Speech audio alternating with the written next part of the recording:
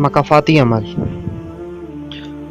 भूख से तंग आकर जब उस लड़की ने गंदे बाजार का रुख किया तो उसे लगा, उस बेचारी लड़की को लगा कि वहां पर उसे अपने बूढ़े बाप के लिए कुछ न कुछ मिल ही जाएगा। पर वो खड़ी रही। लोग आते चक्कर लगाकर चले जाते। आखिरकार दिन गुजर ही गया, मगर उस लड़की की तरफ किसी ने आंख उठाकर भी नहीं देखा।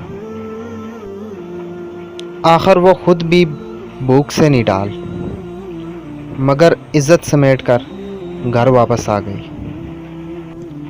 जब उस बेचारी लड़की के बाप ने उससे पूछा तो उसने रोते हुए पूरा माजरा सुनाया और अपने बूढ़े बाप को ये बताया कि किसी ने मुझे हाथ तक नहीं लगाया। तो बाप ने भी रोते हुए अपनी बेटी को बताया कि ऐ मेरी बेटी, आज तक तेरे इस बाप ने कभी किसी पराई इज्जत को हाथ नहीं लगाया। तो बाप ने बेटी को गले लगाया तो दोनों खूब ज़ोर ज़ोर से रोने लगे।